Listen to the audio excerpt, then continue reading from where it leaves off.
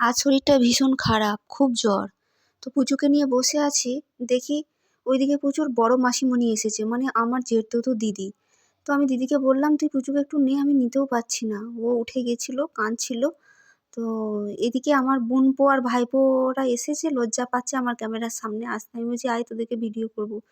তো এই যে, তো আমার বড়দি এসেছে আমাকে দেখতে, এক ঝুড়ি ফল নিয়ে এসছে। এগুলো নিয়ে এসেছিল আমার শাশুড়ি মায়েরা, এই এতগুলো, আর আবার এই যে এত ফল নিয়ে এসছে। এত ফল কি করে খাওয়া যায় বলুন তো? আপনাদের সাথে শেয়ার করব খাবার সময়। আর আমাদের মাংকু আর বাঙ্কু আছে, বসে আছে।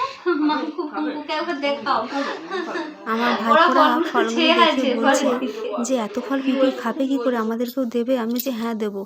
আমার পুচুটা ভাবছে যে বোধহয় আমার জন্য কিছু নিয়ে আসেনি মাসিমণি, সব যা কিছু নিয়ে এসেছে মায়ের জন্য। না না, আমার পুচকুর জন্যও নিয়ে এসেছে। একটা সুন্দর ড্রেস নিয়ে এসেছে, আর এই যে মিল্টনের একটা ফ্লাক্স নিয়ে এসেছে। এই ফ্লাক্সটা কত সুন্দর দেখুন, এটাতে অনেকটা জল গরমও থাকবে। আমার আগের ফ্লাক্সটা ছোট, তো বারবার জল গরম করতে হচ্ছিলো। এটা বেশ ভালো হয়েছে, এটা তো কাচের। হ্যাঁ, তো একটা কাপও দিয়েছে। এই কাপেতে পুচু যখন বড় হবে, গুলে খাবে, তখন হচ্ছে এটা দিয়ে খাওয়ানো